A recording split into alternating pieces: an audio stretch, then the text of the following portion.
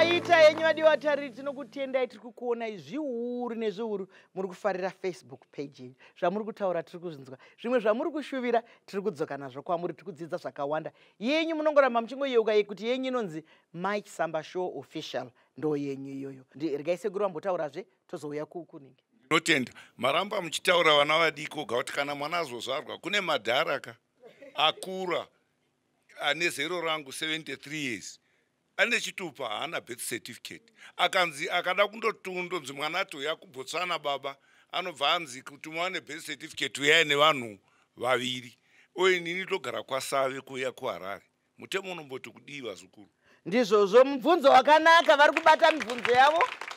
Ndombo yako uri mwanangu? Kune vane mabirth akanyorwa nechinyoreso. Iwayo mabirth iwayo anoshanda zvakafanana here nerinenge rakanyorwa nemushini. Uye mubvunzo wangu wechipiri ndewekuti sezvambotaura zvichinzi kune vana vaya vanenge vanana baba vanenge wakaramba kutoresa mwana birth. Kana pakaitawo vamwe baba vechipiri vanenge vauyawo vasiri baba chaivo vobva vasarudza kuti ndoda kunyorwa hangu, ndoda kuti ave mwana wangu, vanozosungirwa imhosva here? Ndizvozvo, regai timbodzoka kwamuri, regai timboenda kuna Danaiwo. Ndoda kudaira mubvunzo wabvunzwa kuti kana amai vaenda kunotora birth vasina birth record tinovabatsira sei? Sekuti vanhu anti munoziva kuti vanhu vanokwanisa kuzvarira mudzimba handiti zvinotoitika kakawanda kana kumunda. Saka panozvarirwa mwana mumba handiti kakawanda kacho apazvarwe pangori nemunhu mumwe chete handiti panenge paine mumwe munhu anenge aripo. Dzimwe nguva panenge paine munhu anonzi nyamukuta. Nyamukuta iye anenge akatorejistewa kuhealth achitozikanwa kuti ndinyamukuta anotobatsira vanhu kuti vazvibatsire mudzimba handiti. Anongonyora certificate, anongonyora gwaro raanonyora achitsanangura kuti ndiye akakwanisa kubatsira amai ava kuti vazvare mumba imomo. Kana pasina munhu anenge arimo imomo anenge ane makore anopfuura 18 ane kodzero yekunyora affidavit achitaura kuti pakazvarwa mwana panhamba 174 muna Daniel Street ndanga ndiripo kuMbare handiti. Saka iyoyo inokwanisa kunge iri evidence.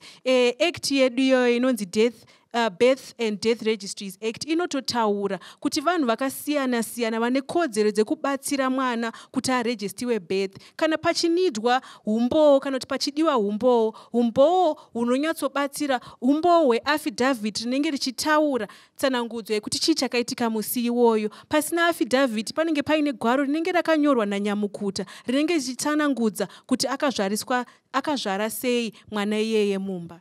Mashoko akanaka etsanangudzo nai. Ndomboya kuna Isabel. Ndiri kubatikana nemibvunzo iri kuuya Mai Chisamba. Nekuti isusu kubasa kwedu tinosangana nevana vakawanda sezviri kutaurwa naDanai. Tinosangana nemadzimai akawanda ari kuuya achitsvaga mabirth certificates but vamwe vari kutadza kutora mabirth certificates. Wonyatsoshaya kuti vana ava vachararama uraramo hwakambosvika kupi. Nekuti kana mwana akura mukomana mukuru asina birth certificate akuda kuenda kunotsvaga basa, anopinda sei basa asina chitupa? Mwana uyu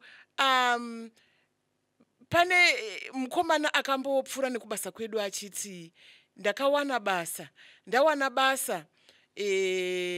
ndokubva ndanzi andigoni kukupa salary yako, hatina keshi. Mwana uyu haana chitupa chekuti aende kunotenga line rekuti arejiste kuti agoisigwa mari yake. Saka zvimwe zvinhu tinozvitora hedu sezvinhu zvisina maturo, but kana ukazosangana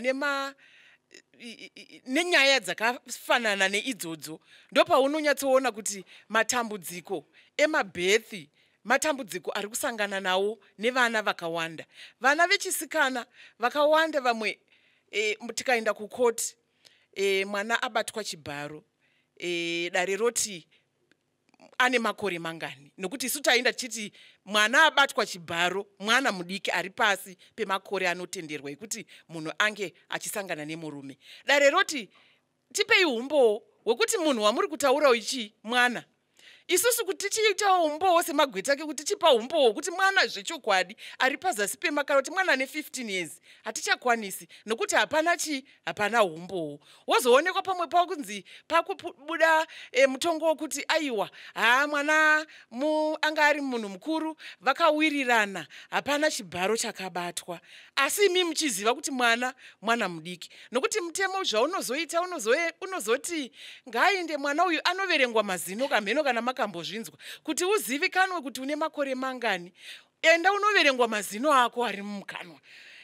Iprocesi kana kuti nehumwe maitiro anoitwa anotora time tichinonoka kubatsira mwana abatwa chibharo kuti aite sei abatsirikane. Saka nyaya dziri kutaurika apa hongu handingapinduri hangu mibvunzo iri kubvunzwa yabvunzwa ava, ndangoti ndingotsanangura kuti zvimwe zviri kutobuda umu zviri kundibata nokuti ndo zvimwe zvakawanda zvatinosangana nazvo. Ndizvozvo mashoko makukutu ari kutaurwa, ndidzo nhuna, ndidzo choko, ndizvo zvechokwadi. Ndosaka muchiona kana tiri muchirongwa munomu tinozviburitsa zvese pachena tigozvikurukura sezvazvinokodzera. Ndichazodawo kupindurwa nemagweta ipa. Munondanzwa sekuru vachitaura kuti munhu anenge aine makore akati, ungagone kunge uri mubvunzo uri mukati menyu zvakare kuti ko pari kutaurwa zvemutemo, ko iye munhu uyu atora seiko chitupa? Chitupa chinotoreka here usina birth certificate? Nekuti ndo zviri kutaura kuti munhu anenge aine chitupa, asi wambosvika sei ikoko? Nekuti patatanga kuparura nyaya ndokuparuruka kwaita nyaya ka kuti ichi birth certificate chatabata panapa chinokubatsira kuita ichi, chikokubatsira kuita kwava vane chitupa. Muchapindura iye mumagweta edu tikuya Ndiregai ndidzokere kumashure mbichana kwataurwa negweta redu nadanai kuti amai vanogona kutorisa mwana abhethi vari vega. Paipa panodiwa zita rababa posiwa pakadaro. Ngatiti baba vavazofunga zvakanaka vazouya vakuda kunyorwa apa. Pane mari inozobhadharwa here kana kuti zvinongetwa pachena? Ndizvo zvouchapindurwa. Mubvunzo wangu uri pavana vaye vanozvarwa kunze kwenyika semuenzaniso kuSouth Africa kuti anozokwanisa kubatsirwa sei kuti awane gwaro kana achinge auya kumusha. Ndizvozvo vari kutora. Muripo unobhadhara kana munhu achida kuchinja birth rakanyorwa nechinyoreso chepeni chienda kukanyorwa nechinyoreso chemushina. Mari iyoyo inombobhadharirwei? Iri kodzero yemwana kuti ave ne ndizvozvo, asi ngavatange vazvijekesa zvakare semubvunzo wambobvunza pakutanga kuti zvinoshanda zvakafanana here. Saka takuuya kwamuri kuchikowa chemagweta. Ndisati ndapindura mibvunzo yenyu ndanga ndichida kungotsinira zvanga zvitaurwa naIsabel nekuti isusu seZimbabwe Women Lawyers Association tinenge tichiendawo kumatare edzimhosva tichibatsira vanasikana nevanhukadzi panyaya dzavo dzemhirizhonga inoitika pabonde. And pataura paipai pekuti panotariswa mazino, chinhu chinoshungurudza ndechekuti pavanokupa zera vakupe zera rekuti uyu munhu uyu ane makore 18, vanoti anokwanisa kunge ari pakati pemakore 16 to 18. Handiti mapabata. Saka dzimwe nguva zvinotokanganisa nyaya, especially kana nyaya yacho iri kuti pamwe haisi rape yekuti mwana akaramba, but mwana mudiki hafanira kunge achienda pabonde nemunhu rume, handiti. Saka ndo zvandachida kungowedzera kuti kutoresa birth zvakakosha nekuti zvinopinda mumararamiro atinoita every single day. Hapana musi waunorarama pasina identity yako uchiti upenyu hunoendeka, pakutsvaga basa, pakuda kutora license, pakuda kubuda munyika chaimo, unotonida kunge uine foundation ye-birth certificate. Ndichida kudaira mubvunzo wekuti yakanyorwa nepepa neyakanyorwa nepeni.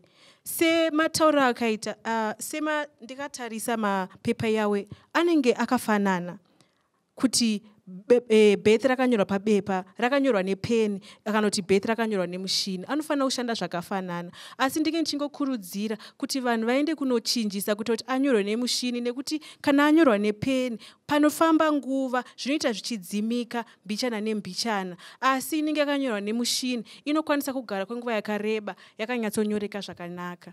Mashoko akanaka ekujekesa nai. Zvinenge zvakanyorwa nemushina hazvina kufungidzira.